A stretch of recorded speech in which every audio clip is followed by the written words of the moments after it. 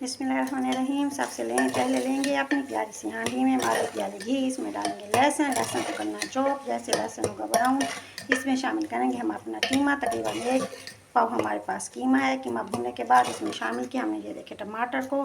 टमाटर अच्छा सा भून चुका है, घी इसका निकला है कीमे का। अब इसमें शामिल करेंगे हम कुछ मसाले। ये हमारे पास लाल मिर्च पाउडर 1 चम्मच, हल्दी 1/4, गरम मसाला 1 चम्मच और कुछ धनिया हमने हाथ की मदद से मसल के डालेंगे, इसे कूट के, या फिर इसका पाउडर नहीं डालेंगे। तमाम मसाले डालने के बाद हमने इसे करना है अच्छा सा मिक्स। ये हो गया अपने मसाले के साथ अच्छा सा भुन चुका है, बहुत ही प्यारी सी खुशबू आना शुरू हो चुकी है। अब इसमें शामिल करेंगे ये हमारे पास 1 अदद शिमला मिर्च, इसे हम रफली सा चॉप करेंगे। साफ़ मिर्च, इसे भी रफली सा चॉप करेंगे।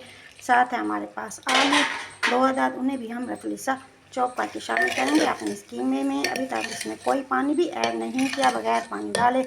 अब इस कीमे के साथ हम अपने आलू और शिमला मिर्च की करेंगे भुनाई, ताकि हमारा आलू और शिमला मिर्च का अरोमा भी हमारे कीमे के साथ अच्छा सा मिक्स हो जाए।